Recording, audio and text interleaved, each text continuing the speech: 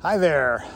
Welcome to tip number 3 of my 10 quick tips to improve your photography. And if you're enjoying this, you could just go to my website, visualverse.thecreationspeaks.com, visualverse.thecreationspeaks.com, and download a PDF of the 10 quick tips to improve your photography. So you can check that out there. And but now we're going to head out to number 3 of the 10 quick tips, and that is framing. And just like the first 2 tips, which was rule of thirds and eye to eye, this has to deal with composition. And it's important to have good composition because composition brings order in your photograph. And you know, God is a God of order, and He created us for order. That's why random composition just doesn't work. It has to fit that order because our brains are hardwired for order. So now let's take a look at the next tip, which is framing. And framing is a way to use one part of your photograph to highlight another. I should say one element in your photograph to highlight another, just like this photograph of this cabin.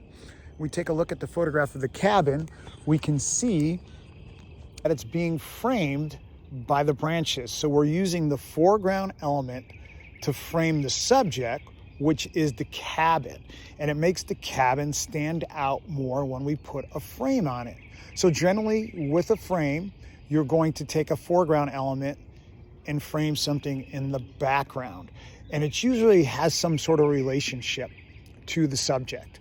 Here's a photograph of a worker at a ice skating rink. And at the ice skating rink, he's working in the rental shop and he's getting rental skates. And so I've used the rental skates to frame him as the subject. So there's a direct connection between him and the skates. And now here's another photograph, which is a little different. This boy, I photographed him in Africa when I was working with a magazine, and the frame is not completely in the foreground. Part of it's in the foreground, such as the table that he's laying on. The edge of the table acts as a frame, but then part of the background acts as a frame as well. As we see, there's these clothes hanging in the background, and those act as a frame. So this kind of adds a little more depth, because framing in general is going to add depth to our photograph. But it's even more depth is added when we use a foreground and a background element to frame a subject. And it's easier doing it all with a foreground element, but when you can do it with both, it does add that depth to the photograph.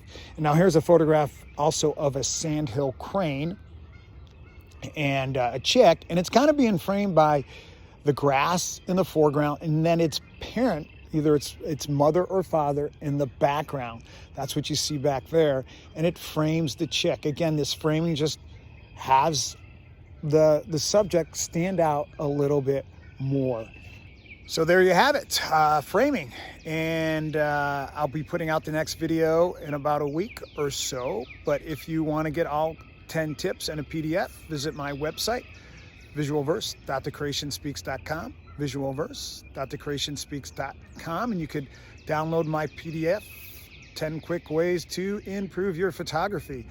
And also while you're there, check out my book. It's a devotional book, Drawing Near, Meeting God and His Creation. It's filled with photographs of nature, Bible verses about nature, and then devotional thoughts to help us meet God in a secluded place and draw near to Him. So check those things out. And like I said, the next video will be coming out in a week or so. Okay? God bless, and draw near.